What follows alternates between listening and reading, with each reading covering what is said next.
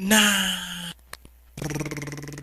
review kawaida basa mwenye kubariki watazamaji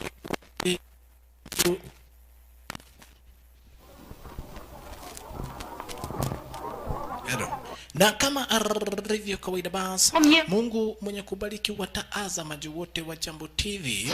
Asante sana Mwenyezi Mungu. Na ni stereo pozi tena kabambe. Tunakuja kuanza sinema letu design na star kama hii ndugu brother mpenzi mtazamaji. Tukuja kumpata jamana alihili starring kwenye harframu. Jina harframu ni Hanky. Lucky original ni Sammo Hung. Kumbe Sammo Hung ni wale watu wengi na ambao unasikiaga wakipenda kitu wanapenda inaingia hadi damu yao. For example, yeye mwenyewe alikuwa yumpenda Bruce Lee sana. Na ikahusika ya kwamba na kuti basi akawa possessed. Imagine hapa kwa manyumbani ni wakati anapatia nguruwe msosi, lakini sasa juu ya kuweza kuigiwa na Bruce Lee. Nikio limo. Nguruwe zinashindwa na kio huyu. Hizo uli kigima.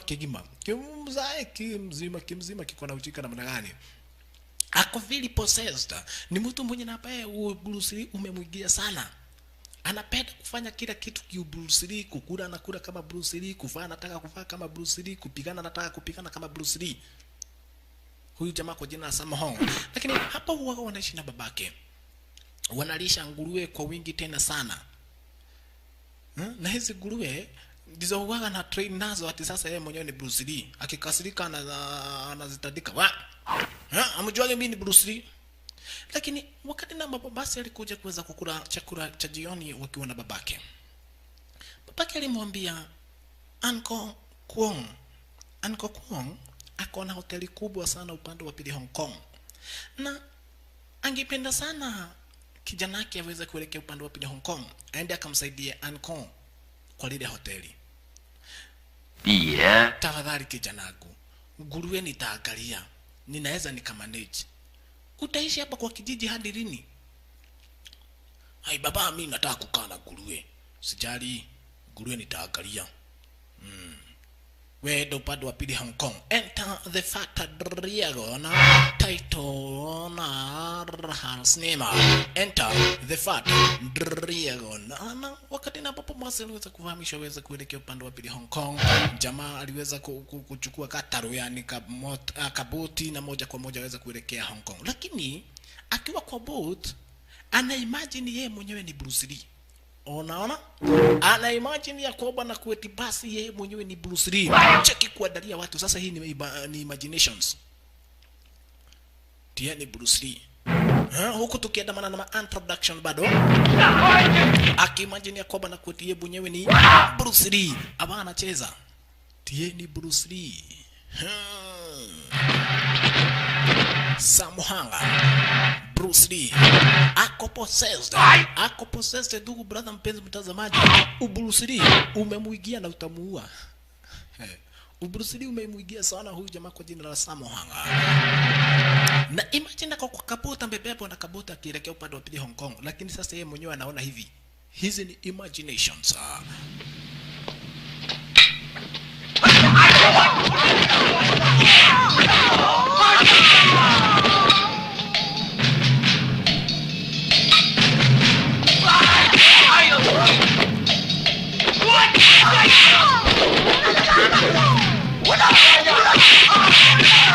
Walala.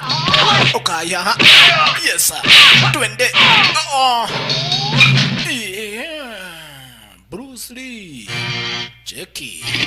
Walana. Oka. Waya. Bruce Lee aise. Ameingiwa na Bruce Lee huyu jamaa kwa jina la Sammo Hung.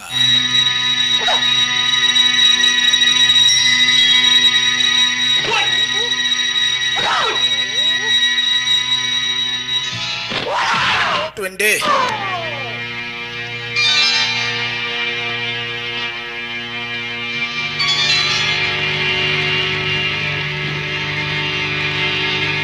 Ala, na hizi zote usisahau ya kwamba na kwetu yeye mwenyewe hizi ni imagination. Bado ako kwa kale kabut.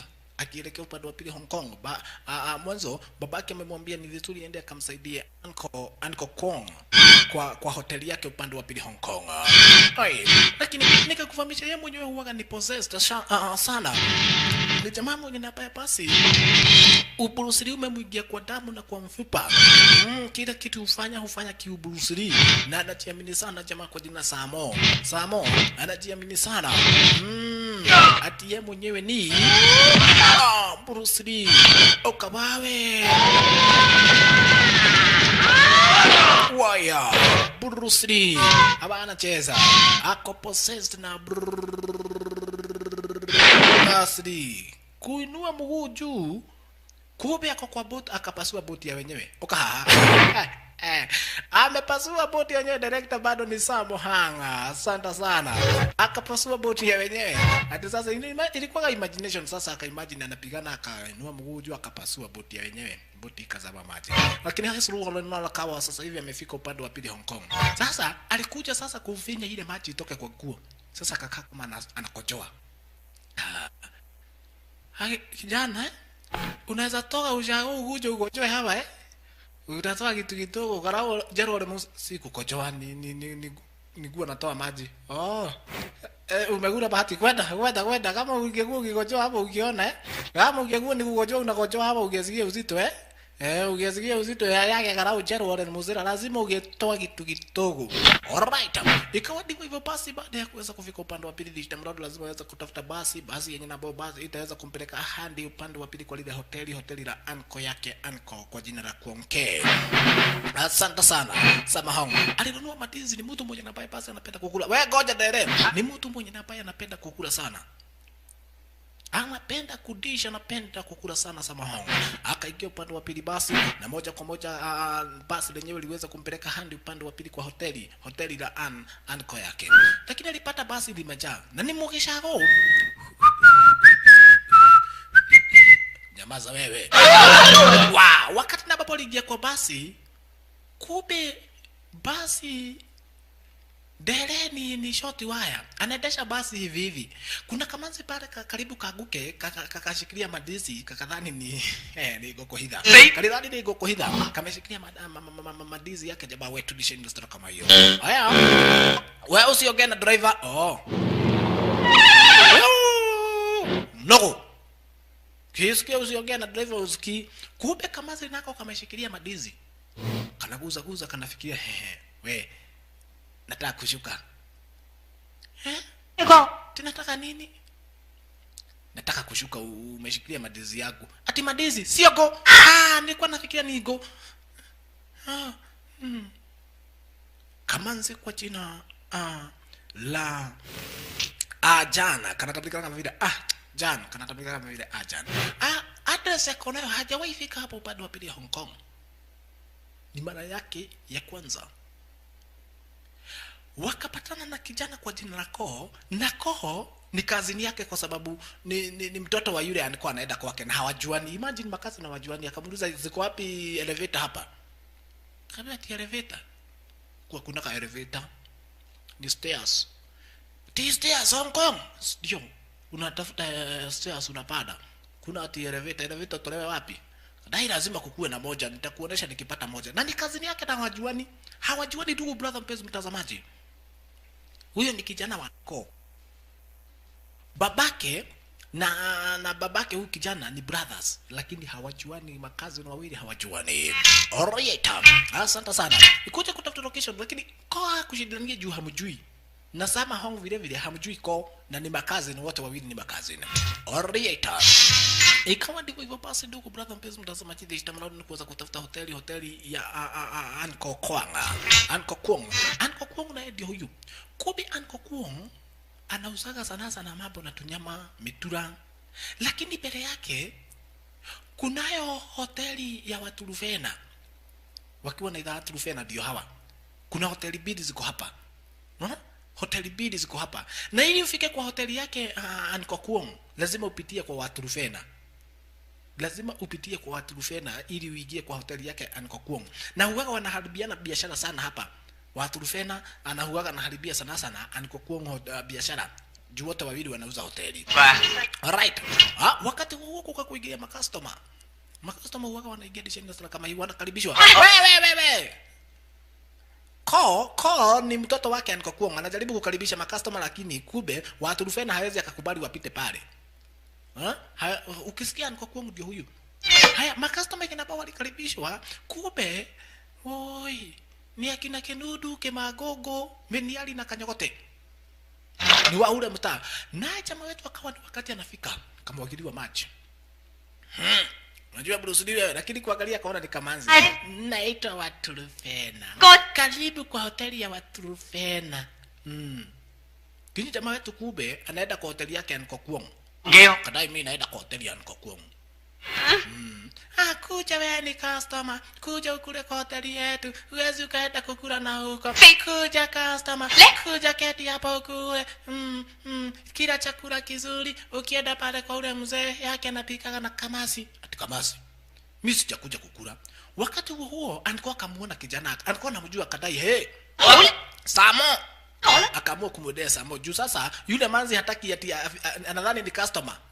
Kwenda kusubuana akafuja sahani yake nani wa Rufena na idha Rufena okake bwana unafuja sahani ya nani we achana na kijanagu Anko kube unashirikiana na watu wenyu kufanya hoteli yangu ifilisike sini sahani imefujika ati sahani sahani lazima ulipe nitalipa ni pesa ngapi ni pesa ngapi basi nitalipa okay sahani moja ni 2,000 guy ati 2,000 kwani ni dazani mzima 2,000 si ndio sahani ya kwetu inakuwa ya gorofa sana sio kama hoteli yako okay haina shida nitakulipa Anko hanga maneno mingi leta hii pesa shika bibi yangu watu Rufena ni mkali sana imagine amelipisha sahani moja 2,000 Aniko kwani hapa kunaenda aje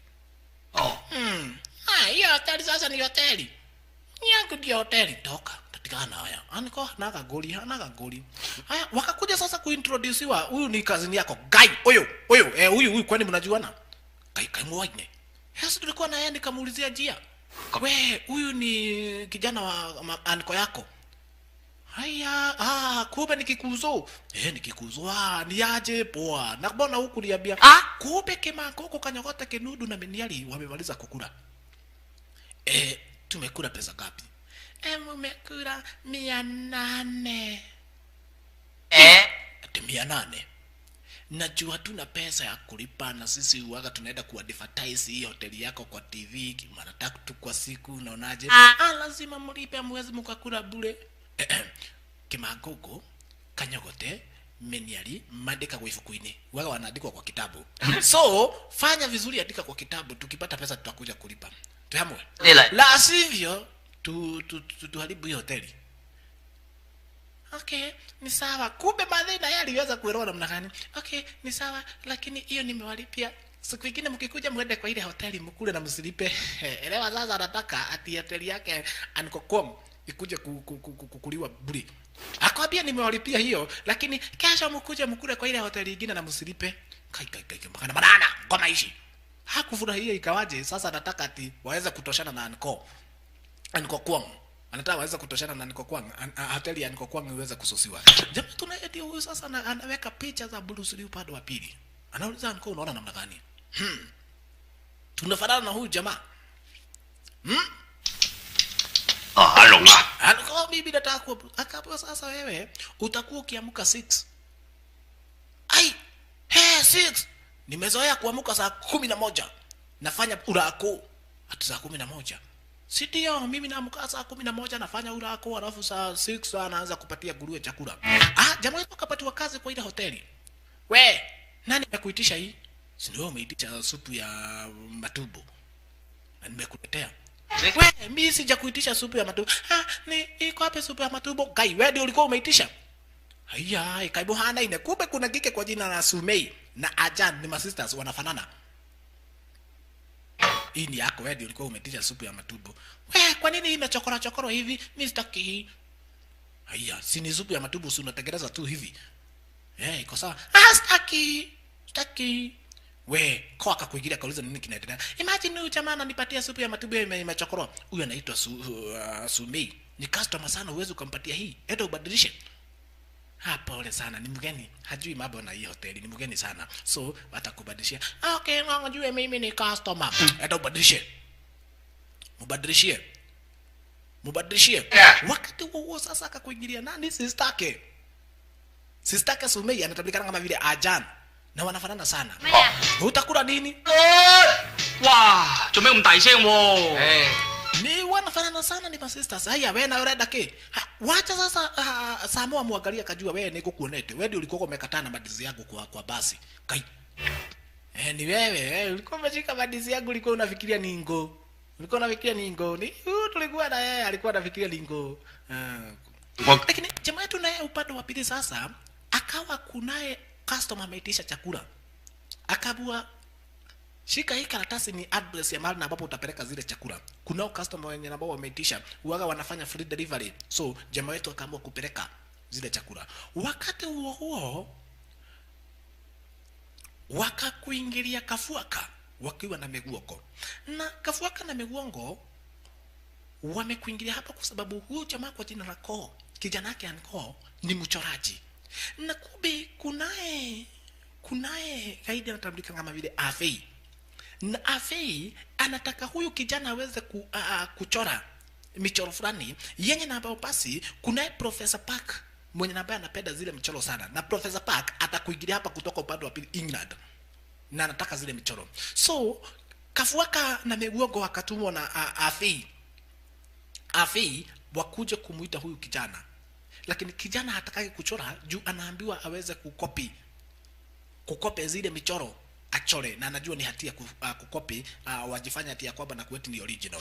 Alright. Naye Samoa upande wa pili this marudi wapiga draw kuweza kutafuta mahali ambapo amepatiwa chakula aweze kupeleka. Amepatiwa chakula aweze kupeleka sehemu fulani, na sasa elewa hajui ardhi na hizi vizuri. So imebidi ndivyo hivyo aweze kuja na karatasi, anaangalia building, anaangalia naangalia inaitwa Afya Center. Wakati huo akasikia wai Aishi napenda sana kujifanya Bruce Lee. Aishi mukaiya Bruce Lee akiwa inadi. Ngoja hamwezi mukaiba Bruce Lee akiwa inadi. Sasa ni kuweza kufuata wale makaidi. Mnaweza mukaiba Bruce Lee akiwa inadi. Makaidi kufika hapa elewa ni wale wa Kayole, tumefika kwa chochoro. Na nyinyi mmefika kwa chorochoro mkiwa na Bruce Lee. Na wewe lete bagiko. Haya. Unajua bogi ya Katero. Takasirika. Elewa sasa anajifanya Bruce Lee. Chugeni. Haya. Oka. Haya. Twende. Bagiko lete. Nasikia? Kuja hapa. Wizi staki. Lakini wakafurahia sana hii kama jeshi ya Kayole imetuzubua sana. Okay, kijana unajifanya wewe ndio abande hawa Katai hawa walikuwa wanaiba. Hata kama wanaiba nani amekwambia uweze kuchukua sheria mikononi mwako? Nani shahidi? Ni mimi. Mimi gevene nimeona watu wameiba kibeti. Wewe nyamaza. Unajua ni polisi utasema umeona wakuitisha kitu kidogo. Acha niitishe si nimeona wamemuibia maadhi fulani kibeti. Wewe nyamaza utaitishwa kitu kidogo na sina. Twende nyumbani. Kurudi upande wa pili kuchukua chakula. Huku atajua ni mtaani ni Nairobi ilikuliwa kitabu. Hata kuja abia Anko. Tishari hiyo. Mimi niliziweka hapo nikakuta zimekuliwa. Sasa wewe, hii kazi tutafanyaje na wewe? Hiyo ni hasara ya pesa ngapi? 800. Naona venye namba pole Anko. Nitajua mahali nitatoa zile pesa. Lazima nijue mahali nitatoa zile pesa. Haya, akatokeleza upande wa pili sasa amejua mahali nitakuja kutoa pesa. Akasimama nje ya hoteli. Hapa kuna fortune. Jackpot. Kumbe sasa atasema jackpot na hadi CID. Na elewa jackpot ni mambo na gambling. Na gambling imeonywa huku. Mewa. Ati unasema kitu gani? Jackpot. Jackpot Unasema jackpot Sitio. Ikia ndani upate jackpot. Na elewa sasa anasema jackpot ni msosi. Kijana. Sisi ni CID. Sijaona kitu. Nionyesheni kitambulisho tena. Sisi ni CID. Kwenda kurudisha yani ashachukua. Kasema CID. Okay kijana. Ushaisikia mambo na CID Hadi unasema jackpot kwa hivyo nyinyi mnafanya gambling? Mnafanya gambling? Na unajua kama linyama ni kinyume na sheria kijana? 邊個快呢？ Mimi sikuwa nasema hiyo jackpot. Hata ulikuwa unasema hiyo jackpot? Ulikuwa unasema jackpot gani? Kaa vizuri kijana, wewe utalala tani Kaa vizuri. Kaa vizuri tukubora. Abade, hebu chungulia. Kwenda kuchungulia hoteli. We, afade. Huyu ni mwenda wazimu, ni hoteli, twende. Sini namwambia ni hoteli ni jackpot. Okay, mjinga wewe. Kama ingekuwa ni jackpot wangewekwa ndani. Kuja kutazama akaona ni hoteli. Ni hoteli.喂，買嚟做咩啊？蛇王啊？ Ulikuwa wapi? Nilikuwa natafuta customer. Ingia ndani, alikuwa anakuhitaji. Alikuwa anakuhitaji. Alright. Ikawa ndivyo hiyo siku nenda siku rudi jamaa wetu bado wako upande wa pili. Na akiona picha ya Bruce Lee, pale hawezi akapita. Sasa alikuja kuona Bruce Lee, kumbe anafanyaga goggles. Akakuta Mudhepatia. Kamuuliza goggles unauza pesa ngapi? Kavalia. Kapatiwa kioo. Zile kauliza nafanana na ule. Kumbe Mudhepatia badala aone Bruce Lee anaona nguruwe. Nani? Kaangalia nguruwe. Amfanani? Atifanani? Akatafuta zingine. Kachukua za black. Alright. Kapatiwa kioo. Okay. Tunafanana na ule. Nero Mudhepatia anaangalia nguruwe. Tunafanana na ule. Kaangalia nguruwe kaona mnafanana. Iko sawa hiyo, iko sawa. Iko sawa tunafanana na yeye. Na Samo anaongea kuhusu nani? Anaongelea kuhusu Bruce Lee. Kapo hiyo mnafanana kabisa uko chojo. Akijua wanafanana na nguruwe, akauliza ni pesa ngapi, akaambiwa ni 188 shilingi nyanya. 1 2 4 5 6 7 8. Sawa. Bas. Kaka angalia sasa wanafanana na nani? Na Bruce Lee. Alright. Kumbe kijana wake anaona yeye ndio huyu. Alikuwa ameanza kumletea shida. Wewe kazi yako ni kulala. Kazi yako ni kulala. Si unafaa kuamka mapema unafanya kazi. Unahudumia makastoma. Mbona uko hivi?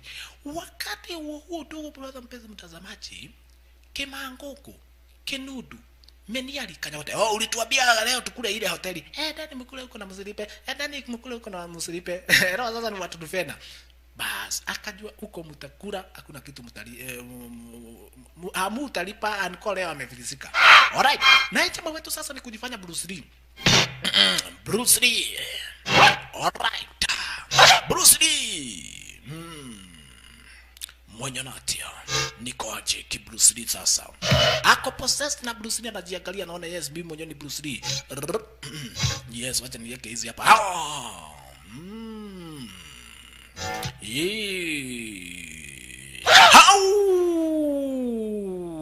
Bruce Lee.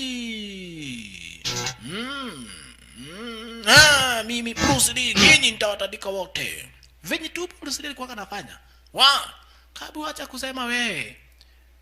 Unasema wewe na customer wamejaa huko kwa hoteli. Unafanya nini hapa? Sikuwa najua. Twende kwa hoteli. Unanionaje? Si mimi kama Bruce Lee. Kabu ndio ni kama Bruce Lee, lakini sasa tunafaa kwenda kwa hoteli. Unakaa Bruce Lee kabisa. Mtu anaweza sema ni Bruce Lee ama brother yake. Lakini twende kwa hoteli. Alikuwa anatuhitaji. Kuna customer wameikia. Masaa ya training sio sahihi. Twende kwa hoteli. Kuhope kwa hoteli sasa ndio hawa Kimangoko, Kenudu, Meniali kanyote. Wako hapa. Na leo hii era walipagi ni kabisa si wenye na ambao walipagi. Tumeshiba. Sasa ni wakati wa kuenda. Twendeni. We, mkikula lazima mnalipa. Haya, hata tulipe. Sisi. 係咁。 你賣埋廣告，話你呢棟嘢正，咁就乜？ Lazima mlipe kwa sababu mmekula. 係咁。 Haya, tiamu utalipa. Chakula ya nani? Hamujui naitwa ni kwa Iwayo. Haujui akina Kanyokote, Meniali, Kimangoko, Kenudu, sisi hatulipagi. Na sisi waka tuna advertise hii hoteli yako kwa runinga kila siku mara 3. Unataka tuende tuseme hii chakula yako unapika na sumu? Tutaambia watu unapika na sumu na hakuna customer tai kuja hapa. So hii hatutalipa. Hatuwezi tukalipa. Imagine wamekula 1500. Imagine hiyo ni hasara mtazamaji. Ati mtu alipa? Nasema mlipe sasa kwa akakuingilia. Haya. ne kanyogote guthaka nake we unacheza na kanyogote akawekero kuja hapa wale kamjeje wakaanza kumtandika kwa kuja unacheza wacha sasa Bruce Lee kuingilia kapatwa moja kai umecheza na ule mbaya kabua usipigane tafadhali usipigane ni anko amesema nyinyi mlipe lipeni haya manano mimi nilipe ng'ombe hii siwezi nikalipa okake twende sasa Samo akakasirika sasa mnajua mnacheza na Bruce Lee mnajua mnacheza na Bruce Lee alikuwa anadai wewe usipigane na kijana anasema piga kabisa kai huko kwa mdomo wakatoa silaha kwa jina Dragon leta hii kwanza Bruce Lee alikuwa anapenda sana kutumia Dragon okai kujeni kwa anadai wapiga kabisa alikuwa anasema wai wacha kupigana kwa anadai piga kabisa urabio na kale ka hotel ile yoga na huko okajikira Kenya kamezidiwa kana tupo upande wa pili kai Mario aliwati haya tane twahera haha kitanze bado kimangogo ukanyogote mediali okai weya twende okai kulipa mutalipa hii hoteli si mnakuja kukula hivi twende pokea yes saya wala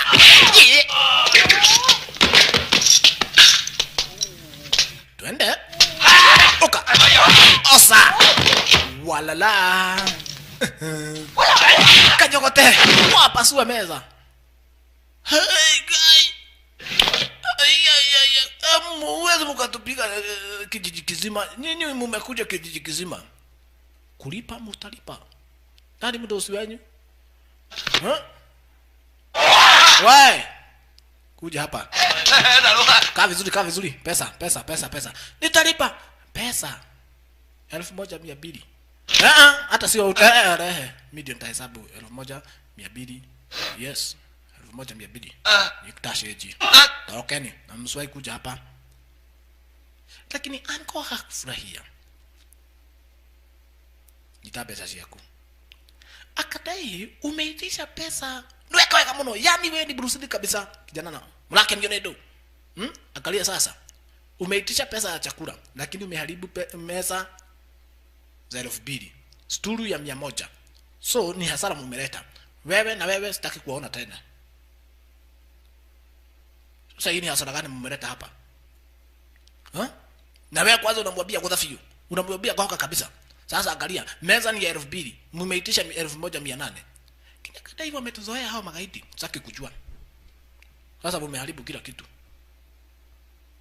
anko tumekusaidia hiyo sio kusaidia ni kuharibu maneno sasa kijana yake anko alikasirika kijana kwa jina lako akaona babake nikana kwapa hana jambo mzuri kutoka kwake kijana sasa kijana akakasirika na kama kutokeleza mtaani this time loud aweze kutafuta janta aweze kutafuta job na kubuka kunaye Kafuaka na Miguongo ndio hawa Kafuaka na Miguongo nikakufahamisha ni magaidi wake jamaa anatambulika kama vile Afei na wanataka huyu kijana juu yeye ni artist ni mtu mwenye anajua kuchora sana aende akachore mchoro fake wenye nabao wanataka kuweza kuhusia Professor Park Kamuliza unafanya nini mtaani kijana akadai unajua sina kazi siku hizi nimekaa bila kazi juu tulikozana na babangu akaambiwa kuja tukuoneshe kazi yenye tulikuwa tunakuitia bado iko leo sasa nikafuaka na Miguongo sababu ingia kwa gari twende nikakuoneshe kazi bado iko akajisundo upande wa pili ndani ya dinga na fast sasa niweze kuja kuoneshwa mahali ambapo atakuja kuweza kufanyia kazi na anajua ya kwamba na kuiti kuchora michoro fake ni hatia na haufai basi kuweza kuwa ukichora michoro fake ko anajua vile lakini magaidi wako na haja sana aweze kuchora mchoro fake juu kupata mchoro original ni vigumu sana kupata mchoro original sasa wanataka achore exactly kama ule original lakini yeye ni akijua ya kwamba na kuidi anachora mchoro fake sasa alifika kwa zile territories za hawa akina Kafuaka na Miguongo kauliza mko na maskani kubwa sana mko maskani ine na mno kama dagan fochonga au kama mko na maskani kama hii wakamwambia sasa hii maskani ni ya mdozi wetu anatambulika kama vile ninth uncle Afei okay ni kazi gani mmeniitia kazi ya kuchora haya Odi mewa. Mnataka nichore? Kuchora nitachora, sikatai. Kuchora nitachora. Kabo sasa hii ukichora utakuwa ukilipo vizuri sana. Wacha ile kazi ya hoteli ulikuwa unafanya. Tunataka uweze kufake huu mchoro. Uchore exactly kama hii. Lakini akajua mwenye alichora huu mchoro alifanya kazi ngumu sana. Nikiweza kufake ni vibaya. So hii kazi sitafanya, ni hatia. Siwezi nikachora, hii ni hatia. Chai kazi kae nitatafuta kazi nyingine. Sasa Kafuaka na Megwako hakufurahia we. Tumdhodeke, tumtadike. Lakini Kafuaka akadai ke hakuna haja. Huyu nitakuja kufanyia jambo lenye na Aparo ataishi kujuta. Tumembebeleza sana. Nitakuja kufanyia jambo lenye na Aparo ataishi kujuta. Warande. Ikawa ndivyo hivyo basi, ndugu brother mpenzi mtazamaji. Hakuna lingine. Kubi nao kamcheshi wa Githogoro akina Kimangogo Kanyogote Kenudu Meniali ndio hawa walitandikwa. Leo hivi wamekuja wakiwa wamejitayarisha. Wacha watu Rufeno waweza kuona vile wakiwa na bwanake wakatoroka. Kimangogo Kanyogote Meniali Pop Kenudu wakakuingilia. Leo hii alikuwa Kosoro ako peke yake. Akwambia jamaa mnono.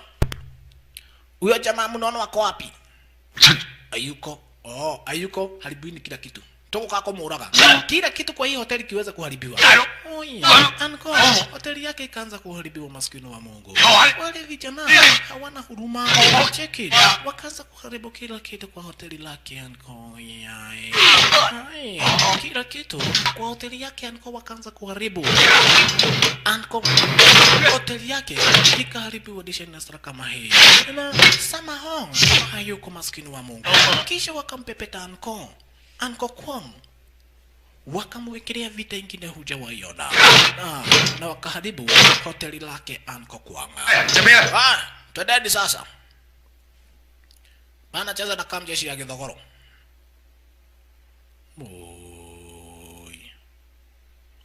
Hoteli lake limeharibiwa na amepepetwa.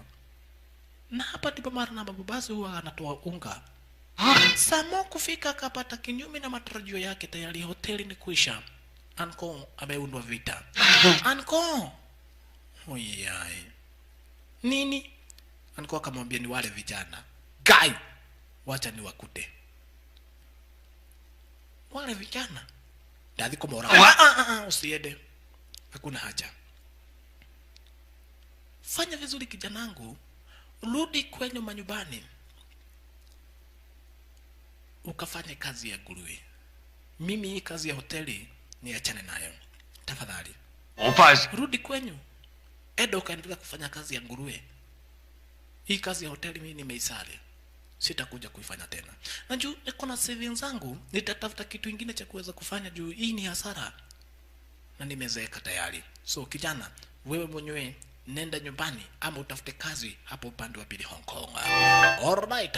Ikawa sasa hivi hakuna kazi kwa ile hoteli. Sasa Samohanga kaanza kutafuta kazi kwa hoteli nyingine. Juu aliona kurudi Ushago sio leo. Kumbe kwa ile hoteli lenye Nabaro anakuja kuweza kutafuta kazi. Ndipo mahali na ambapo wakina Ajana na Sumei huwa wanafanya kazi. Wale ma sisters. Na hapa ndipo Samohong anakuja kutafuta nini? Kazi. Alright. Ngama. Ni aje poa. Ni wale mamanze ma sisters. Kika kwa jina la Ajana na Sumei. Molekin.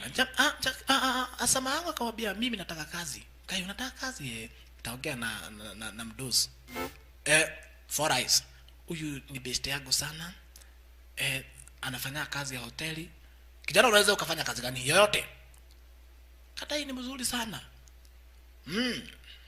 Wakinora muno. Unaweza ukaosha vyombo. Bora tu kazi. No dhabido. Jamaa kadai ndio. Okay, tafuta siku yenye nabao utakuja kuanza kazi. Sama akasema sio kesho, saa hii.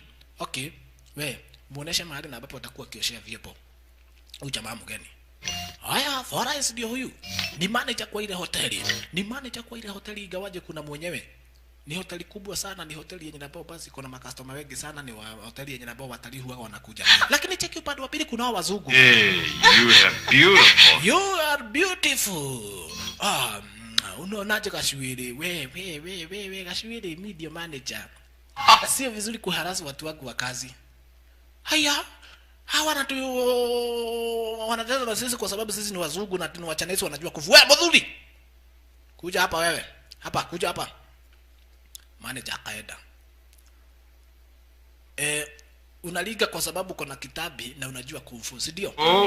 Unajua kung fu? Kadai hapana sijui kung fu. Ati hujui kung fu?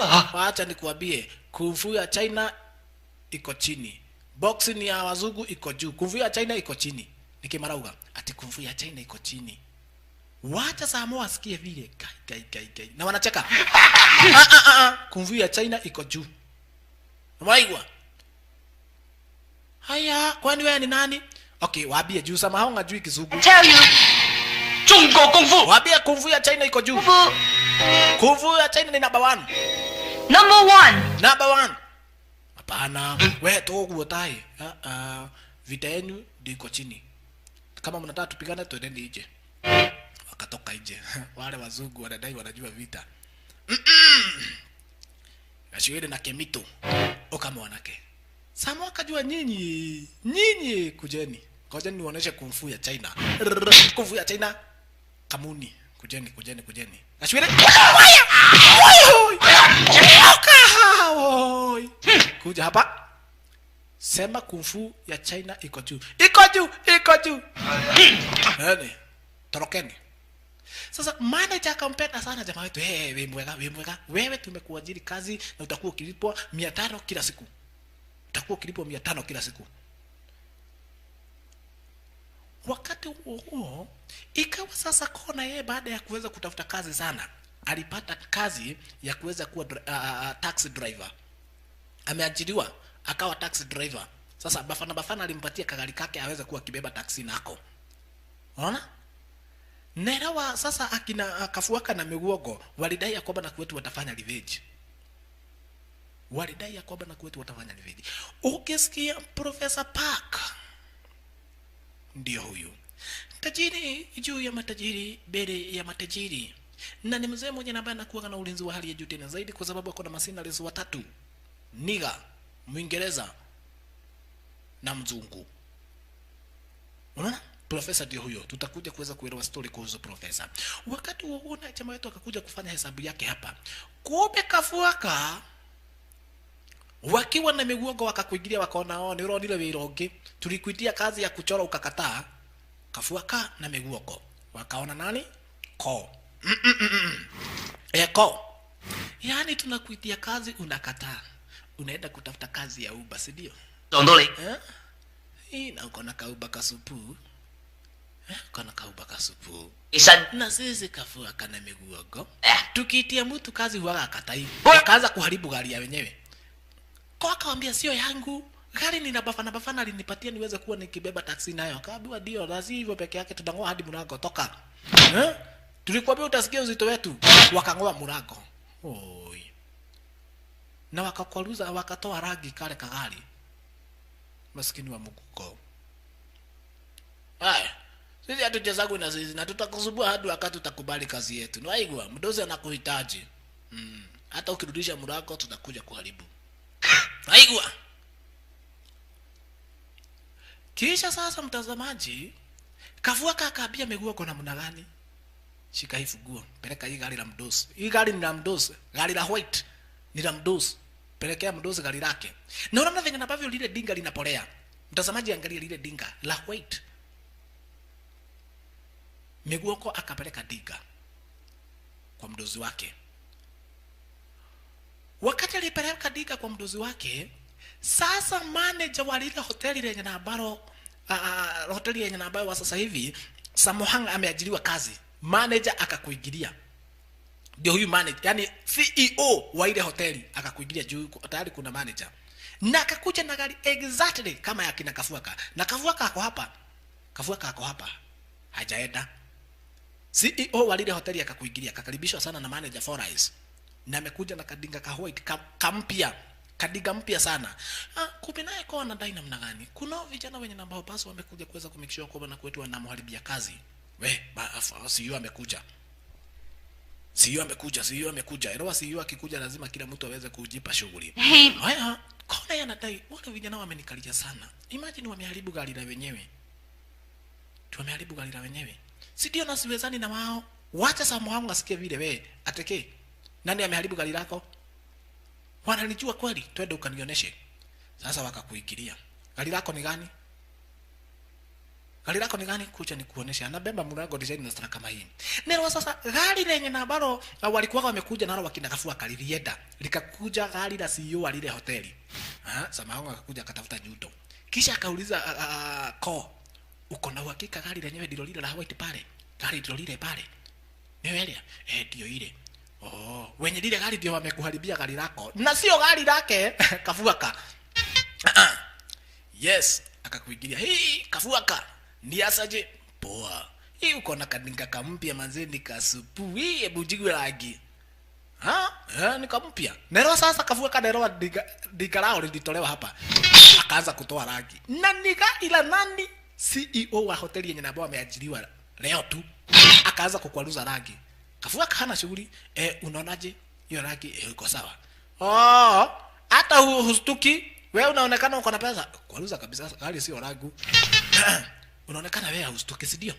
Nifanye venye nataka. Fanya venye nataka. Kafuaka nero diga sio lake. Unasikia? Anasema nifanye venye nataka. Nifanye venye nataka. Akakuja akatoa Nyundo. Hii kioo inaweza ikapasuka ukikoka na Nyundo. Pasua kioo. Na hii sio hii peke yake. Ngoja hii Nyundo inaweza ikapasua kioo ingine. Akapasua ingine. Na sio hivyo tu. Hili gari liko na vioo mingi. Naweza nikasiguka side the other. Ama nikuje kwa windscreen inanioma. Nikuje kwa windscreen nipasue. Unaona hata? Pasua kabisa. Samoa nadhani ni gari la kina Kafuaka. Pasua kioo ingine. Unaonaje? Akapasua ingine. Lakini Kafuaka hana shughuli juu gari la mdozi wao lilienda na miguoko. Nikitaramaka. Hastuki edo nitafutie rangi. Pakeni rangi. Haina shida. Nitalipa tu. Mdozi naye ndio huyu. CEO. Akaambiwa tumeajiri kijana mwingine hapa mzuri sana. Mumeajiri kijana mwingine. Mdozi akadai hata nimekuja na kagari. Nimenunua gari mpya, gari supu sana iko hapo nje, nimeipaka hapo nje gari ya white. Wacha sasa manzi angalie manzi kwa jina la Jan. Angalia one. Lile gari lenye na baro CEO anajidai nalo, maskini wa Mungu linapasuliwa vioo. Na Samohangu hana haja, yani hana habari ya kwamba na kuweti lile ni gari la mdozi. Hajana akaona acha nifunike hapa. Kwa nini unafunika? Hiyo si ugwe na jua. Sitaki ugwe na jua. Fugua. Nataka jua. Okay. Enwake iwale. Nilinunua kagari kasupu sana. Samona ye amepaka rangi, anadhani gari ni la Kafuaka. Amelipaka rangi vizuri tena zaidi. Na Kafuaka kapale tu anaangalia. Sasa tena wanacheka. Watu wanatea. Acha sasa niandike jina. Niandike jina Kafuaka. Sasa nikuandika jina Kafuaka. Ngoja sasa niandike jina Kafuaka. Yes. Utakuja kucheza na sisi tena. Ngoja nikuoneshe. Yes. Ngotakalaza dinga yako. Kafuaka anajienjoy tu juu anajua dinga sio lake. Dinga lenye nambaro ilikuwa wamekuja nalo la mdozi wake tayari limeenda na miguoko. Samohangu wanacheka tu. Wacha sasa tuandike Kafuaka. Tuandike Kafuaka. Kafuaka. Wakaandika Kafuaka. Kafuaka. Akadai, mdosi naye anadai namna gani? Usichungulie hapo kwa dirisha. Diga mpya, chungulia hapo kwa dirisha uone. Akali keru. Tekakali keru. Gari la mamilioni ya pesa nilinunua jana. Hiyo gari ni mpya sana. Nimepaka hapo nje, chungulia kwa dirisha uone. Gari mpya kabisa. Sasa manzi anastuka juu gari lenye na bado mdozi anajidai nalo limeharibiwa. Sasa hakuja kuchungulia kwa dirisha. Ajana kaweka curtain nikeki yule. Sitaki ugwe na jua. Tutaki ni ugwe na jua. Kwani nimepitia wapi? Fungua haraka haraka. Kwenda kufungulia dinga. Akapata kina Samohangu. Wamelichafua. Wameharibu dinga. Gari yao. Ni asio. Sasa akakuja akaamua kutokeleza upande wa pili nje. Mdosi bio bio kufika hakuamini. Sasa sama hangu na wanadai hii itakula pesa mingi sana. Na itatumia mwaka kuweza kulipea. Mdosi akakuja akauliza, "Wewe unalipagwa pesa ngapi?" 500. Na umesema dinga litakula pesa ngapi? Hii hata siwezi mwaka mzima. Hii ni mwaka mzima mtu anaweza kulipea. Okay. We manager, ukate huu mshahara anilipe dinga langu. We, hii dinga ni la CEO wetu. Ate Samahongo alifaint. Boof. Kapaint. Wahati sasa kina Kafuaka wakuje kuambia sasa afei venye kaliumana. Ni phong心. Jamaa amechafua dinga la mdosi wake, akachafua dinga la mdosi wake. Lakini sasa ikawa ndivyo hivyo. Listo imeumana vinuzuru. Shida ni kwamba na kuweti kube jamaa amekataa kuweza kuja kuchora michoro kwake huyu mzee kwa jina la Afei. Lakini alikuja kufahamishwa kwamba na kuweti profesa ako karibu kuweza kukuingilia upande wa pili hapa upande wa Hong Kong. Lakini makosa ni kwamba na kuweti hawajapata zile michoro. Ikawaje huyu manager ameongea na dereva wake profesa, amemchota kitu kidogo. Ili wakati ambapo profesa atakuja kuweza kuangalia zile artifacts, zinaitwa artifacts, bidhaa za kitabu, anapenda sana bidhaa za kitabu, aanze kuja kwa duka lake huyu mzee kwa jina Afei.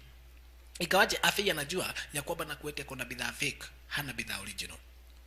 Manager yake akamwambia kwamba na kuwete amelipa dere, wakati na ambapo basi profesa ataweza kukuingilia hapo upande wa pili Hong Kong, atakuja kwa moja hadi kwa duka lake Afei. Na sasa wataweza kumikishwa kwamba na kwetu wamemuuzia vitu fake. Lakini akaambiwa hata ukimuuzia vitu fake, ujui ni mtu mwenye namba amejipanga, ako na mercenaries, ako na msura uti, ako na mafighters. So ukimchezea atakuua. Ako na mafighters, ako na mwana Chinese, na ako na mwana Hong Kong, yani ako na mwana Thailand, ako na mafighters. Ako na Muiro kwa jina la msura uti, ako na mwana Chinese, na ako na British, yani British. Mafighters watatu wenye nabo basi yule mzee kwa jina Professor Park waga anatembea na wao. Kwa hivyo ukienda kujaribu kuweza kumdanganya, yani kumdanganya umpatie vitu fake, atakuwa. Lakini usijali, niliweza kushota dereva wake kitu kidogo ndio aweza kukuingilia kwa haruduka. Lakini huwezi ukamuibia kwa sababu ako na mercenaries watatu wenye nambao ni wapiganaji, ni mafighters hatari kubwa. Mercenaries wenye nambao ni walinzi wake. Alright. Akabu vile Afina akambu usijaribu kuweza kuleta ujiga, kujaribu ati kumdouble close, utauawa. Ako nao mercenaries, ako na mafighters watatu. Oh yes, asante sana. Kubi profesa na yeye wa dereva wake amelipwa. Akamwambia kuja nikuoneshe duka lenye nambaro huaga linauzwa vitu za kitabu na zile michoro za kitambo. Duka lenyewe kuja nikuoneshe liko wapi. Na ni duka lake Fei. Profesa aliduda pale. 今日能夠認識你，真係萬分榮幸。請隨便參觀啦，沖壺茶嚟。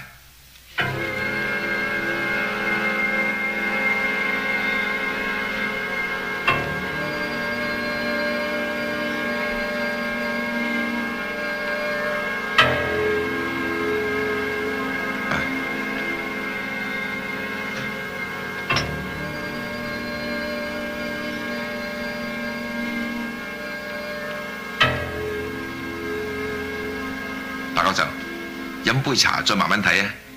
呢啲係名聞中國嘅潮州功夫茶。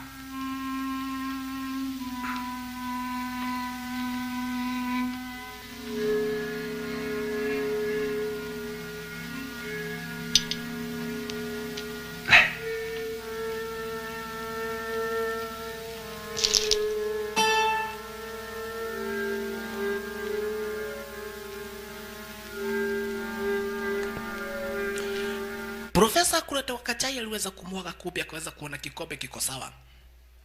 Kadai mimi nimefurahishwa na hichi kikombe. Loba. Hii kikombe unaweza kuuza pesa ngapi? Ikiwa dasani. Ati dasani. Kafikiria, ningedia kwa 50,000. Sasa ati amesema pesa mingi sana. Tunaweza kuuza pesa ngapi? Kadai 50,000.越老個股 50,000 kikombe moja. Kabu utachukua zikiwa dozen. Utachukua zikiwa dozen. Sasa ni Afai anamwambia, "We, sema 50,000." 50,000. Kadikiwa shake. Kai. So hata ningesema 1,100 ungenipatia. Kabu shika. Hapa tu tena nimepata ni kikombe, hakuna kitu kingine. So duka lako ni la wana.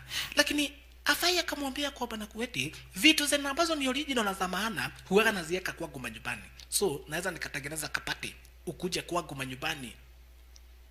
Tupate pate, wakalie bidhaa zena ambazo zitakufurahisha pale uweze kununua. Hapa huwaga siweke bidhaa za maana sababu ya security. So unaweza ukakaa manyumbani tupate pate. Profesa kadai ni sawa, nitakuja. Na ikawa ndivyo hivyo pate ikakuja kuweza kuandaliwa kwake Afei. Anataka vile ambavyo atakuja kuweza kumdanganyilia huyu profesa aweza kupata zile pesa zake. Kumbe moja kati ya watu wenye ambao ni wahudumu, elewa hoteli jamaa wetu wanafanya kazi kwa hoteli. So huwa wanafanya outside catering. Hoteli lao ndio lenye ambalo linakuja kupatia watu chakula. Kwa ile pate yake Afei yenye ambao wamemwalika Profesa Parker. Asante sana. Samo ndio huyu. Wakiwa na wale mamanzi akina Sumei na vile vile Ajan na jamaa wetu Ko. Sasa wanafanya kazi pamoja kwa lile hoteli lake Forest. Alright. Sasa wao wenyewe ndio wanasafu wageni hapa, kanjwaji, msosi, kila kitu. Kila kitu wanasafu upande wa pili. Mimi nataka mzinga. Kitu mzito naweza nikakuja. Hata muzika ni nini? Muzika ni pombe kama hii. Unauliza muzika ni nini na muzika ni pombe kama hii? Okay, unajua mimi si mchagua. Kapiwa sasa wewe ni mchagua, ujue maneno ya kuweza kusafu watu. Sio kujifanya mchagua hapa. Nikimudu. Unajifanya mchagua sana. Kama pia ni venye sijui alikulisha nguruwe. Alikulisha nguruwe. Alright. Ikawa ndivyo hivyo basi pate inaendelea kunoga na kubamba vilivyo. Kumbe wakati wapate ndugu brother mpenzi mtazamaji, profesa ndio huyu. Na profesa anakuwa na historia mbaya kuhusu mapenzi. Kuna manzi mwenye ambaye alikuwa anapenda sana, lakini yule manzi hakuwa impenda. Kuangalia upande wa pili, akaona Ajan anakaa exactly kama yule manzi mwenye ambaye profesa alikuwa anapenda.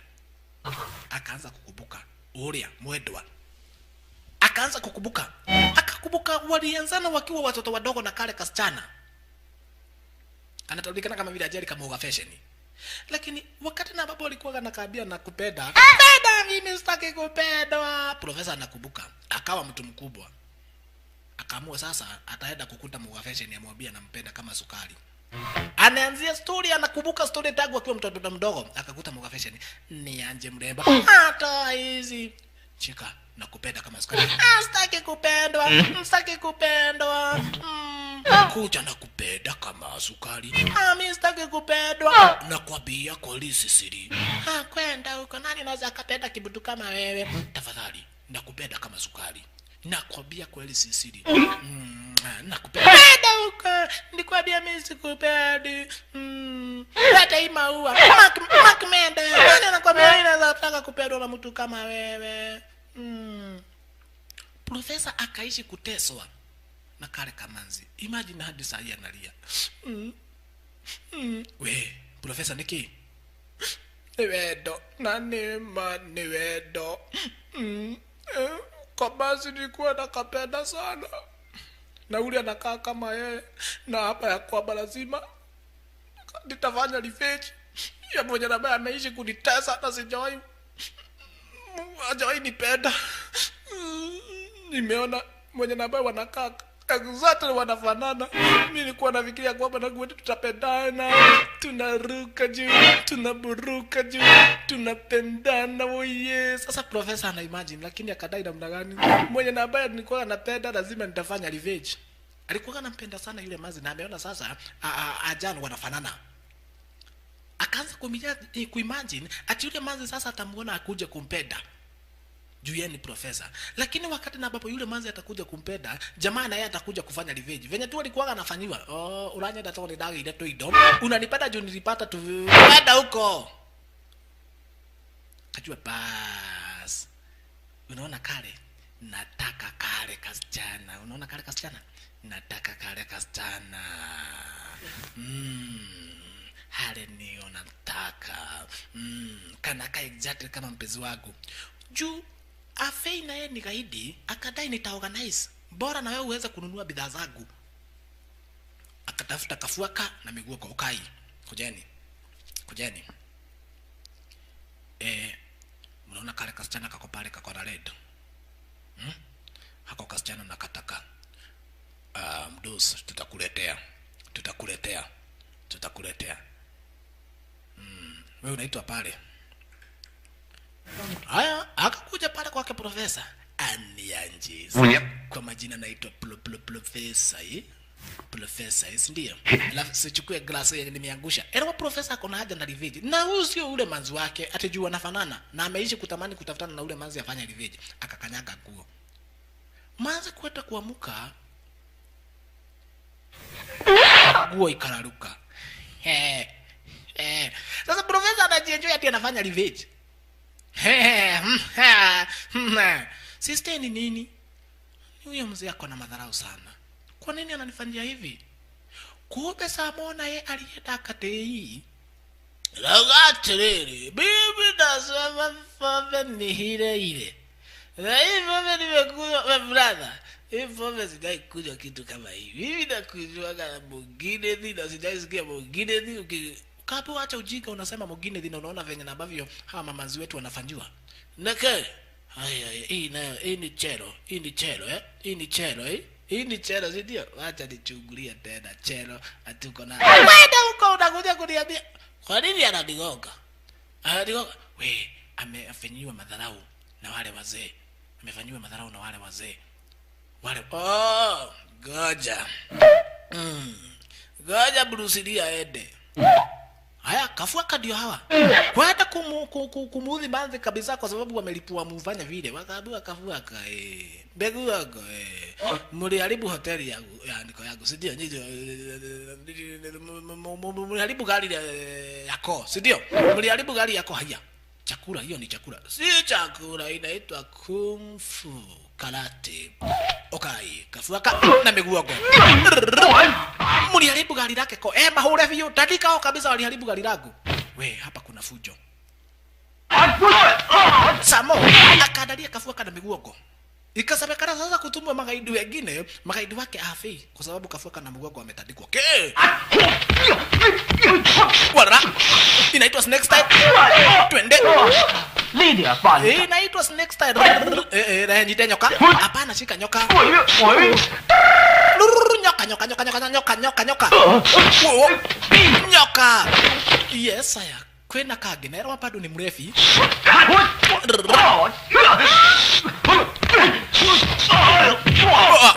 Fire. Yes, hekage. Kuna kagine. Nani huyo anachekoza manzi kwa jina la Ajan? Hekage. Dile dauroni. Kafuaka nadai hajaitandikwa. Wakati wa huo kukaletwa magaidi wengi. Unajua mimi ni mrefi. Sitaki vita. Mimi ni mrefi. Debole. Nimepigana juu ya kulewa lakini okay. Vita naulizaga itatoka wapi? Akaanza sasa Samo. Na uwaga anajifanya Bruce Lee. Bas, bebe ni Bruce Lee. Na hiyo ni round 1. Tukuingia round 2. Okawawe, unakataa kuingia kwa maji kwa nini? David akutupa kwa maji na utaki kuingia kwa maji. Haya, twende. Oka. Yes, Samo. Bedabe. Oga nani? Oka. Lakini sasa ile wa profesa anakuwa na masinales watatu. Msura utimu Chinese na mzungu. Ng'ombe hii. Dingi okera. Huyu naye alijifanya ati motaihoka.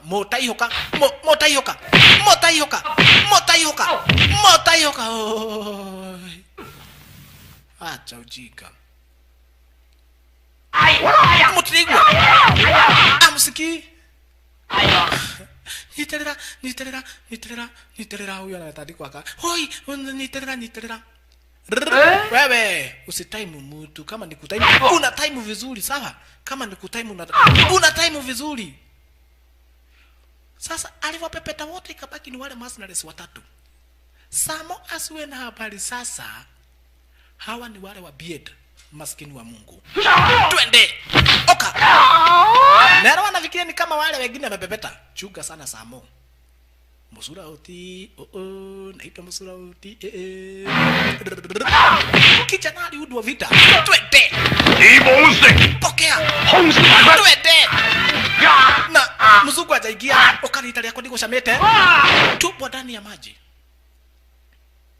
Na profesa akadai sasa tutafanya biashara na wewe Mr. Afai.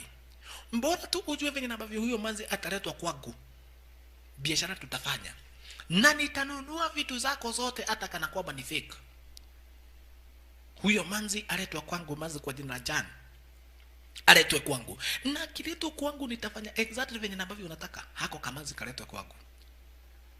Afai akasema ni sawa. Afai akasema ni sawa,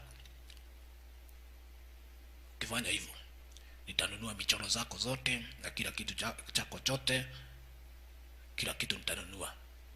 Ikasemekana sasa uweze kujua venye ambavyo yule manzi ataweza kuja kupatwa na aweza kupelekwa kwake Profesa Afai.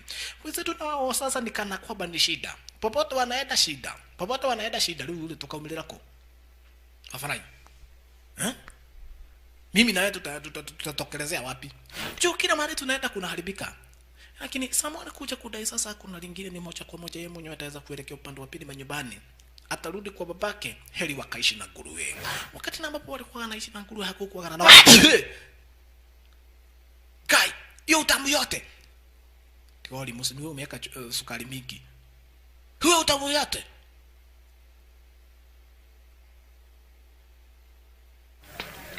Hey, 太子哥飲茶係啊，今日休息咪出嚟飲杯茶啦。哦，係咧，你點啊？有咩關照啊？咁樣啊？有嘅嗱，聽日有一部戲叫做《死亡約會》，揾幾個龍虎武師同嗰個假李小龍打嘅，你撈唔撈啊？武師啊？要打嘅喎。我唔撈啊。我撈。Kumbe kuliweza kukuingilia hapa broka. Broka kadai ya kwamba na kueti kuna watu wenye nabao wana act filamu. Na kuna hitajika mtu mwenye nabao anaweza ka-act kama Bruce Lee. Wakati jamaa wetu walisikia vile kadai mimi naweza nika-act kama Bruce Lee. Nyakaambiwa sasa Bruce Lee mwenye nabao tuna-act na yeye ako alien na anakaa kama Bruce Lee. Hebu nikuulize, mwenye anact kama Bruce Lee anakaa kama Bruce Lee? Si ndio? Yeye ndiye anakaa kama Bruce Lee na yeye ni mnonzro. Wakati huo mwenye anact kama Bruce Lee akakuingilia. Elewa sasa hapa ni filamu wana act. Lakini mwenye nabaya anact kama Bruce Lee inaonekana hawezani. Akakuingilia. Anaangaliwa vizuri sana. Ndio Bruce Lee. Watu wanampenda. Ule ndio Bruce Lee. Tutie kumrota wewe, ule ni celeb. Ule ni celeb. Anact kama Bruce Lee. Haya, ikasemekana sasa wakuje kufanya practice ndio wakati huo watu wa kamera wakuje ndio waweza kushoot movie. Jamaa mwenye nabaya na act kama Bruce Lee akuje. Haya, wakaanza kufanya urako. Na Bruce Lee hajaingia. Wewe manono. Kuja hata wewe umesema unataka kujoin. Nikoge kichwa nikuoneshe. Mtu anakiga anawekelea dodi ya tubu. Media trainer wa Bruce Lee, sawa? Sasa lazima mfanye hivyo ndio Bruce Lee akiingia mpepetane naye. Inaonekana sasa Bruce Lee aingie. Scene ya kwanza ikuje kuaktiwa, yani kushutiwa. Twende. Bruce Lee. Wewe. Nicho cut. Unapigana namna gani kama uwezani? Si ni huyo anapigana kama ana nguvu. Haya. Unaongelesha Bruce Lee hivyo?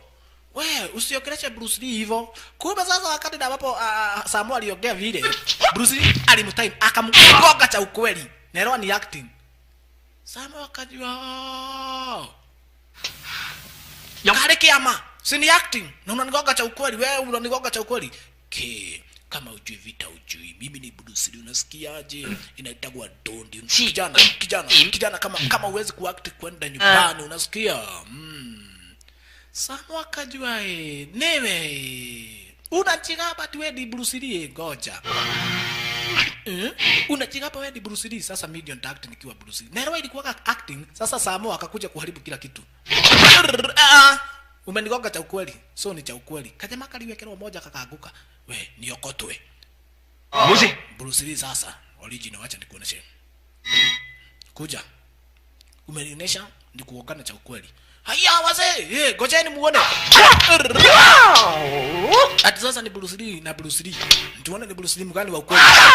Twende na kajema akajui vita kama Samu. Kai. Wazee niokotwe tena. Ama nijiokote. We, ngoja tuone. Tumekuwa tukidanganyiliwa na huyu jamati anaweza ka-act kama Bruce Lee. Kumbe kuna Bruce Lee original. Katambe.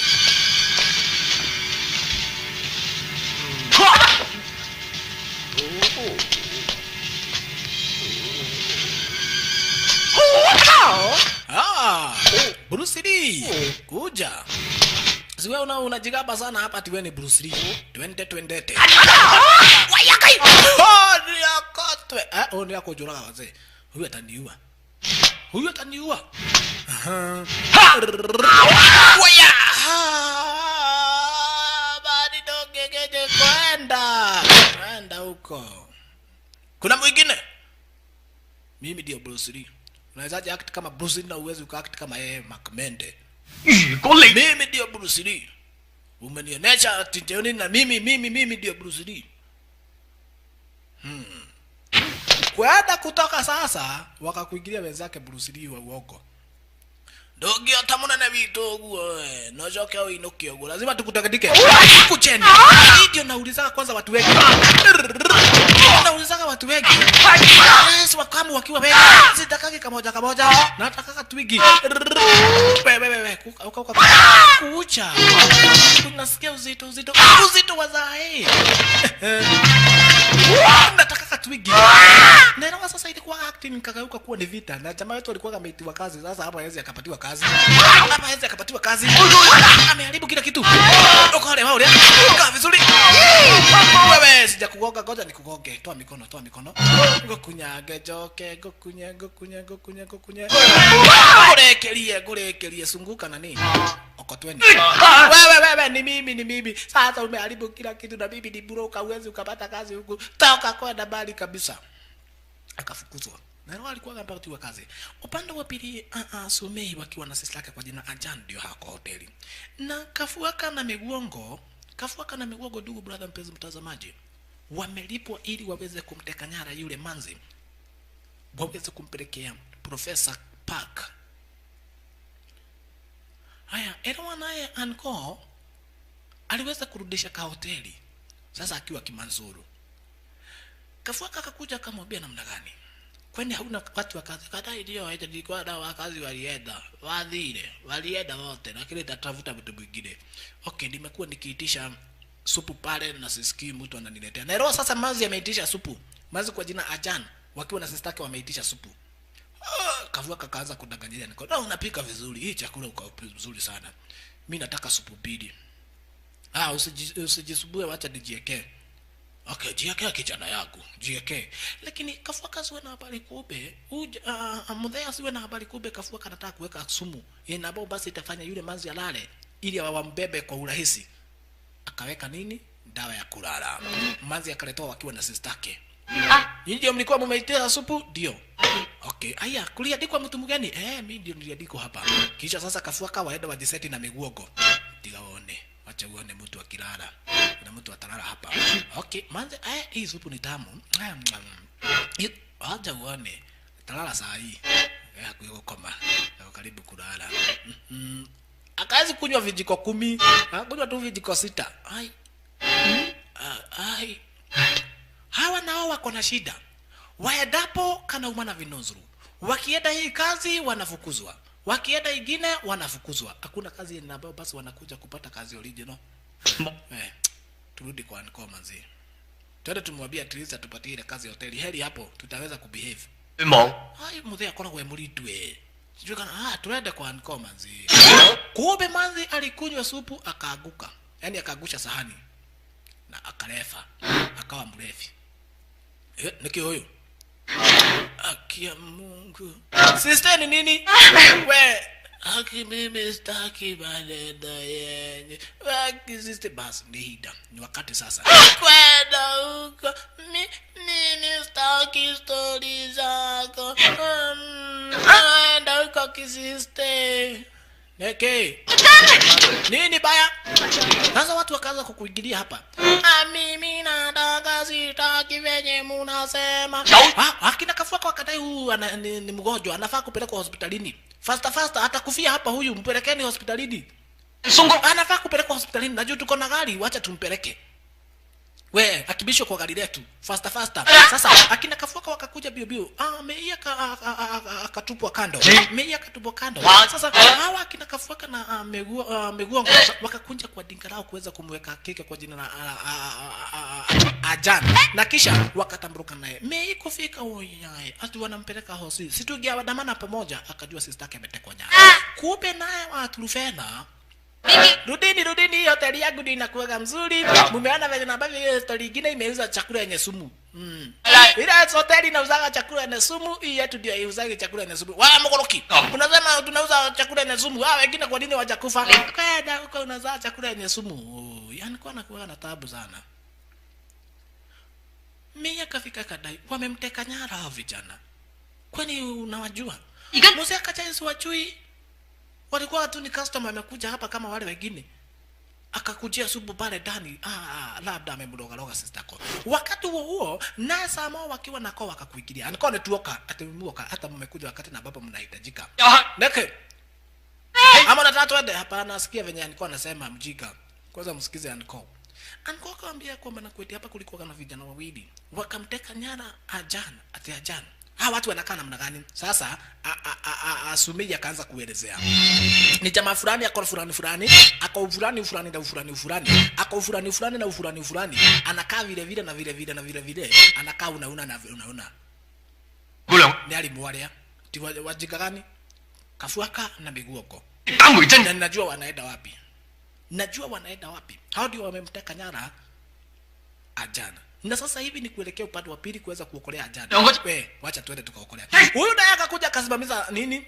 Taxi. Akafungua mlango ndio Samo akuja ingie kiti ya nyuma. Okay, nikoje. Samo akakuja bio akakanyaga maganda ya ndizi. Akafunga mlango akiwa nje. Hawa kadhani yako ndani. Alikanyaga maganda ya ndizi, akaslide akafunga mlango akiwa nje. Hawa kadhani ako ndani, wakaenda. Sasa Samo ni kufuata bio. We, harakisha.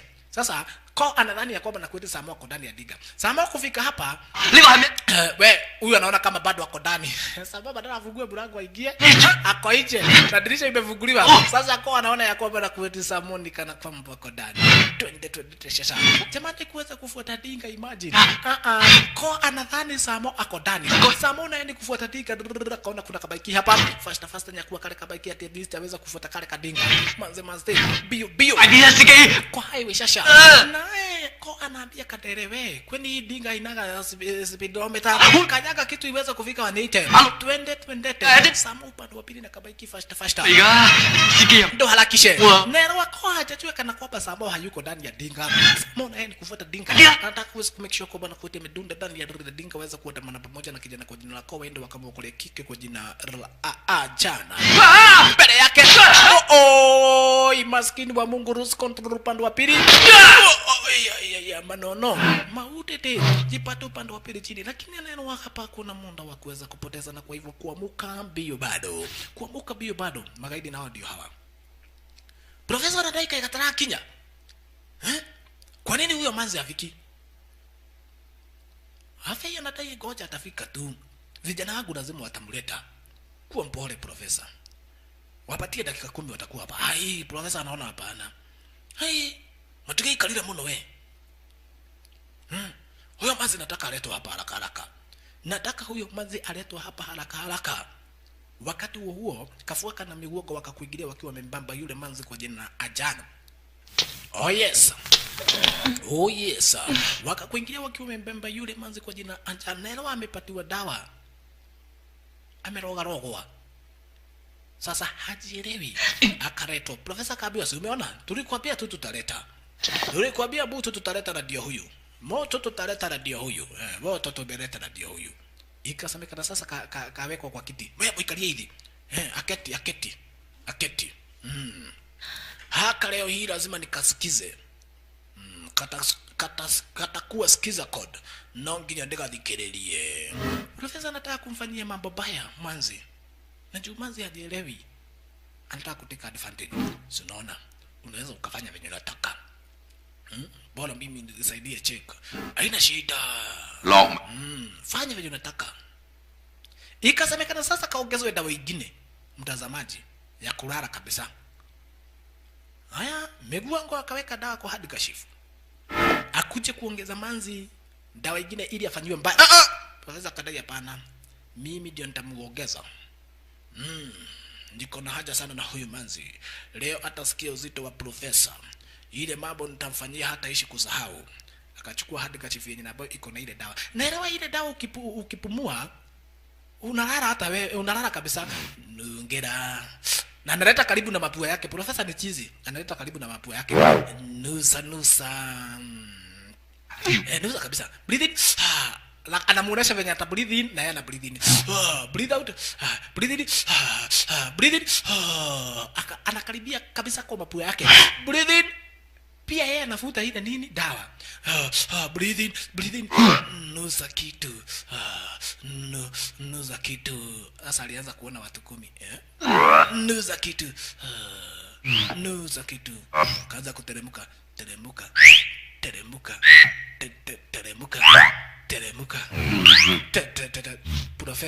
Profesa dawa imemuingia. Teremuka. Kalala, gai. Hudi wanafanyiana mambo maovu. Wakati unaijabu wetu ni bio. Kwanza kufuata lile dinga. Kufuata lile dinga maskini wa Mungu yapita mashortcut zingine mwafa yakaanza kuona namna gani. Pita shortcut nyingine. Hii gari imenisumbua sana. Kapita shortcut. Kumbe sasa na wao wenzetu akina Kona yule kadere wako karibu sasa kuweza kufika upande wa pili. Samo akakuja tio hiyo dinga. Oi! Niko nje. Dinga ikakuja ikasimama. Kwa sababu gani? Wamefika. Samo akakuja akaingia ndani ya dinga na Eko akalipa dereni wakati wa kutoka. We dume ake faster. Na amechoka. Toka. Sasa yeye wako hajui kana kwamba jamaa amekuja miguu.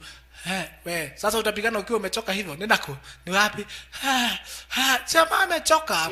Sasa Kamanzi kaweza kuwekwa vizuri sasa. Juu tayari mmoja na habari alikuwa nakafanyia mababaya amelala na kahadi Kashifu ameshika tu na mkono. Lehe Kashifu teremsha mkono. Mudos. Sasa huyu anafanyiana mambo mabaya. Wakati huo wenzetu wakakuingilia. Na Samo amechoka venye hujawaiona.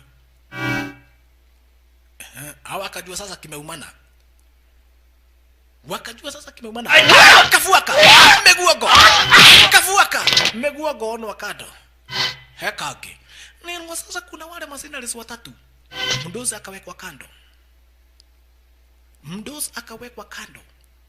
Haya, okagethuri wakati na baba basi afei aliona vile wewe tareke jure. Nifuata nimesainua cheki yangu.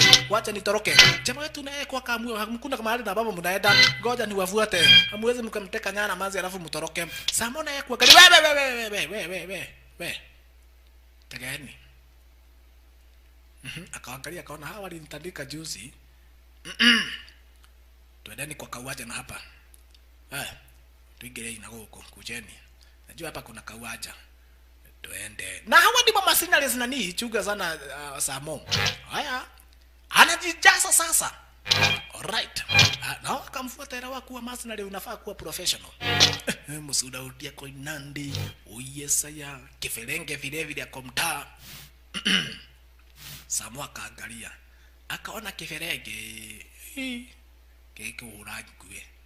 Mchinese. Uwe tanitandika nikufe. Musura uti uni muafaya. Oka. Samo akafanya hesabu, we nikipigana na hawa watatu wataniua. Hapa lazima niude brana. We watu watatu kwa mtu mmoja. Mimi tu. Sidio. Watu watatu kwa mtu mmoja. Hiyo vita siwezi nikapigana. Hiyo harodi korwa. We kojeni. Kakuta mchinese. Watu ni mashetani. Na ukipigana kama wao utakuwa shetani. Haya. So pigana peke yako. Sawa. Chinese akasikia vile. Alright. Kajieka kado. Akakuta nani? Kiferenge. Unawezaje kuwa wewe ni mzungu upigane na mtu mweusi? Hiyo vita itakuwa fake. Kujeni kamoja. Najua kila mtu anajiamini. Yes, kila mtu akajiseti upande wa pili. Sasa nani anaanzia? Musula uti. Yes aya. Kanyanga kubwa. Ushamsikia Musula uti jamaa wa kibla. Yes aya. Kamkamwa isi. Chuka sana sababu. Pokea. Akasikia Musula uti si kitu mzuri. Goja. Oh yes. Musula uti. Musula uti ya komta. Twende. Kuja.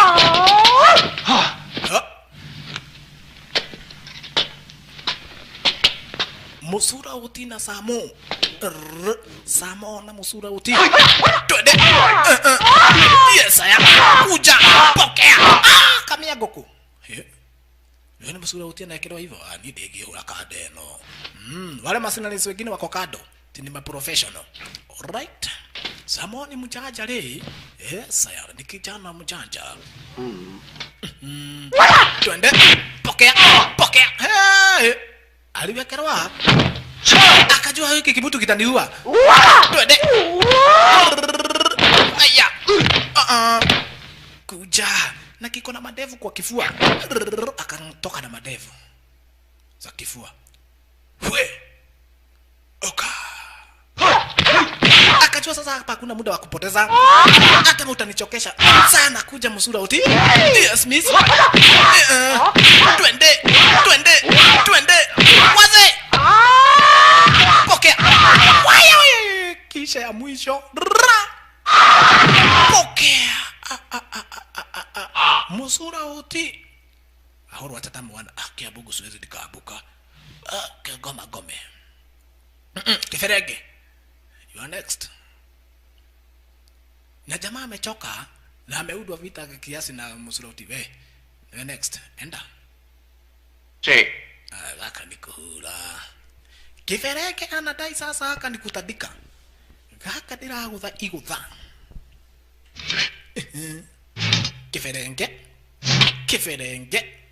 Kiferenge. Kamu. Chunga Samo. Huyu ni kiferenge. Twende. Haush. Hey. Kiferenge unakuja na mioto Kiferenge amekam na mioto. Twende. Kiferenge kona mioto. Hau. Kiferenge kotalidha. Amuka. Samo akajua wewe uko na mioto. Ngoja. Ngoja sasa nitumie style zake Bruce Lee. Twende. Oka kiferege. Twende. We Dario. Bado. Kamu. Keduta shati. Ngoja uone kifua isi. Hii ndio inazuia sasa hivi niweze kukutandika. Alafu tegea tu. Ndieke bidhaa ya mapua nimeona utafanya niweze kuwa kibogoyo. Okay, hiyo ikitoka utajua. Stunya. Yes, Kifelenge. Na mzuri utia korutikado tayari yeye amegona. Twende.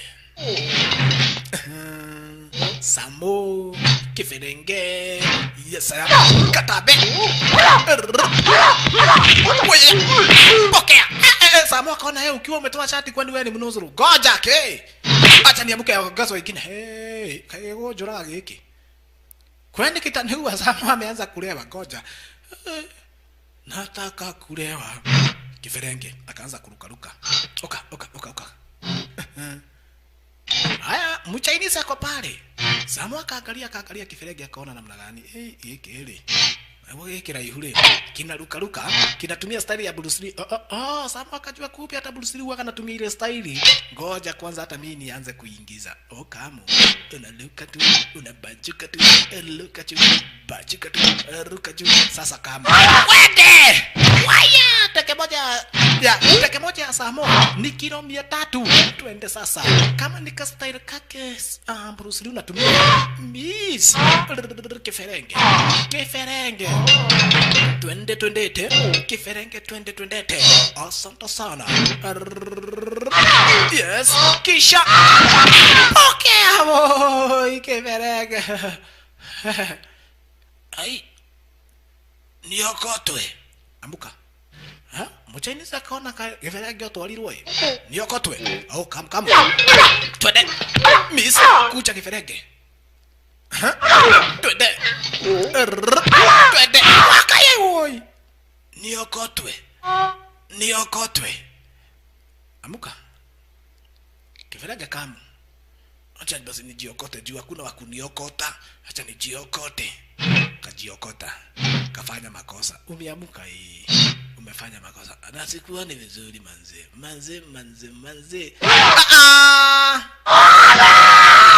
Kiferenge. bidhaa ya mtombo toka. Kisha kiferege kaa hapo uweza kukaa karibu na makotoni. Funikwa na hizo cartons I say. Kiferege aliona hata kama ni vita acha kwanza ikae. Taikae. Kuangalia tena jamaa wetu akaona heki igetigaru. Mwana Chinese huyu anajua kung fu. Na Samoa amechoka. Guy. Hivi tatuwezi kutukategea kidogo nipumzike. Ngoja kidogo. Ndoge teto duranyo na kavara. Wewe ni Mchinese kama mimi. Sema kuchoka. Huwezi ukategea kidogo nipumzike manzi. Kung fu. Demo na kung fu? Okay, tupigane basi. Kama ni kung fu tupigane.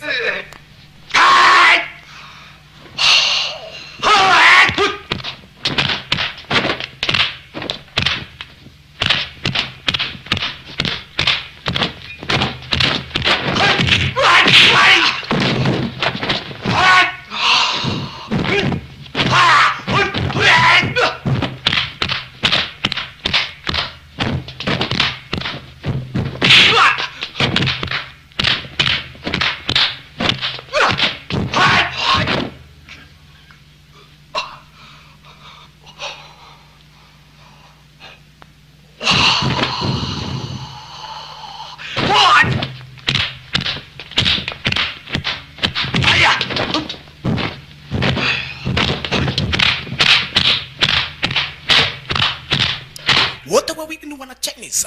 Kwa hivyo kung fu wanaielewa vizuri tena zaidi. Okay. Twende.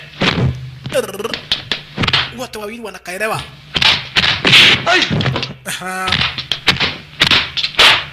Twende masinale. Walala. Chunga Samo. Huyu ni masinale wake Professor Parker. Yes. Miss. Hayu. Haidi aliweza kuona huyu jamaa anaingia. Kumbe sasa hivi akaweza kupata silaha. Twende Samahong chunga. Umepata silaha chunga sana Haidi akiwa na silaha na venye ambavyo ni mnuzuru huyu. Twende. Samo. Walala. Ai! Samo aliona hiki kitaniua bana. Wai. Ukiwa na hiyo silaha umekuwa kitu baya. Leta silaha. Samo anajaribu sasa kutoa nini? Ile silaha. Kumbe sasa alifanya makosa, akatoa katoni moja ilikuwa kana nini? Na linza za chuma. Samo akazimbamba sasa. Unasema uko na silaha? Ngoja nikuoneshe. Sasa silaha yana ya Samo venye uwaga inafanya janta. Kuja. Samo akiwa na hii ni kitu baya haya. Kamutu gehuru wa mugara. Kwani umuti inaweza ikatandikwa na mugara? Bado sema ni mugara. Sema ni mugara. Sema ni mugara, hii itasikuja kusikia uzito wake. Akasugushwa yani anaangalia venye inaenda. Suba. Hajaiona hivi. Wa. Bado nasukua wewe. Kamu sasa. Yes, unasema uko na silaha ile mufa hiyo ni muti kamu. Okay. Ngoja. Twende. Walala. Yes. Nataka hii silaha yako na nini? Uo. Oka. Ndio utani. Patia hii silaha yako. Hii muti unalinga nayo. Yes. Nataka unipatie. Hapana. Lete yangu. Nataka hata yako.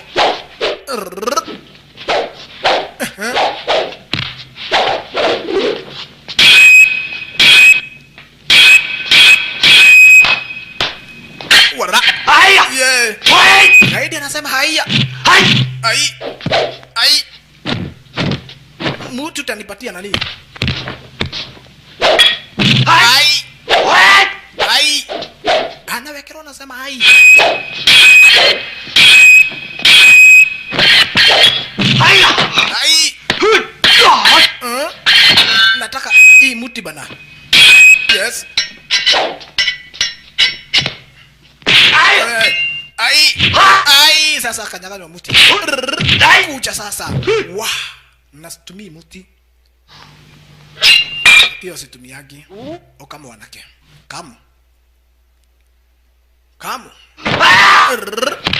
Chunga sana sasa gaidi. Samo. Kona ile silaha muofa ya. Ai. Ai.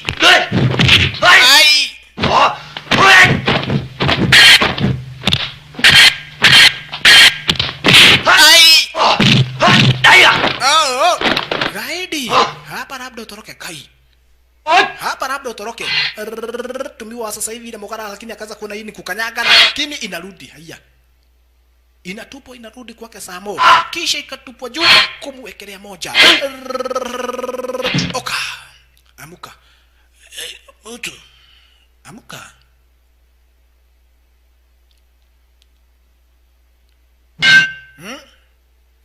Vita achana nayo. Najua ni mwana Chinese. Mimi sina ugomvi na wewe. Najua ulikuwa kazi. Umawira. Ulikuwa kazi. Leta mkono. Sina ugomvi na wewe. Nyinyi ni mercenaries wa kulipwa. Lakini siku nyingine usiwahi fanya hivyo. Thank you Favarai. Siku nyingine usiwahi fanya hivyo. Lakini gaidi ni gaidi tu. Samo amemsamehea na ameona huyu ni mwana Chinese akaamua kuenda. Lakini sasa ndio tikio limo. Guy. Na kusaidia unaleta ujinga. Mark Mende. Guy. Huyu akafanywa vile. Baadaye era wako aliweza kuita wana polisi na watu kama vile akina Professor Park. Afei wakakamatwa na kuweza kuwekwa ndani. Halikadhalika basi kike kwa jina Ajan akapelekwa upande wa pili hospitalini kuweza kutimbiwa na kuweza kutolewa zile madawa ambazo alikuwa amewekwa. Professor Park akiwekwa ndani, vile vile Afai kuwekwa ndani na wale akina Kafuaka Miguongo na watu kama vile akina Masuda Utu Keferenge na yule mwana Chinese wote wakaweza kuwekwa ndani. Huku naye chama wetu akadai ya kwamba Nakweti moja kwa moja ataweza kurudi upande wa pili dadi na kuelekea hadi kwa ushago. Blessing namba ukubwa atakuwa akiweza kulisha wale nguruwe wakiwa na babake. Kwa sababu hapa mambo na maisha na Hong Kong yes imemkalia vilivyo. Jaribu kupata kazi yoyote listo inauma na vinozoro tena zaidi. Ikawaje amekuja kufanya janta ya ziada. Upande wa pili aliweza kuona kuna kajamaa upande wa pili karibu na bahari na nikanakoba kanataka kuweza kujua na kumbe kale kajamaa huaga kanauma vako pale. Kanajifanya kameanguka lakini hapa kuna step nyingine kanasimama pale. Samo akakuja karuka na kumbe tule tumutu tuko hapa tu. Cheki tunajifanya tumeruka na tuko hapo tu. Samo akaingia ndani ya maji kutafuta lakini hakupata. Ile meli yenye naboni kwa nafaa kuweza kusafiria ikawa ndivyo hivyo imetoka inade. Kabaki wa sasa hivi Samo bado atabaki upande wa pili Hong Kong. Akibaki upande wa pili Hong Kong wa sasa hivi akiwa amefanya kazi ya ziada nami nikicheki naona picha retu Enter the Fat Dragon mwisho. Akubeshi nyuma ya Michael wako Jack you DJ Jack. Asanteni sana kwa kuipenda na kuifurahia. Enter the Fat Dragon. Hadi hapo kesho gidhaa na wakati panapo manjaliwa yake Mwenyezi Mungu tupatane ndani ya Jambo TV Gidhima Kiaugi. DJ Jack you. Asanteni sana watazamaji.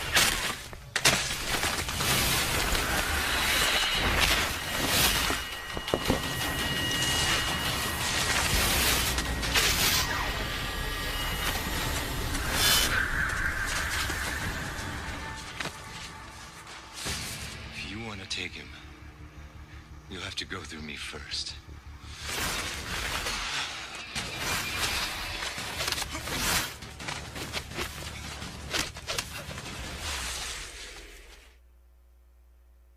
Wanaume. Msisu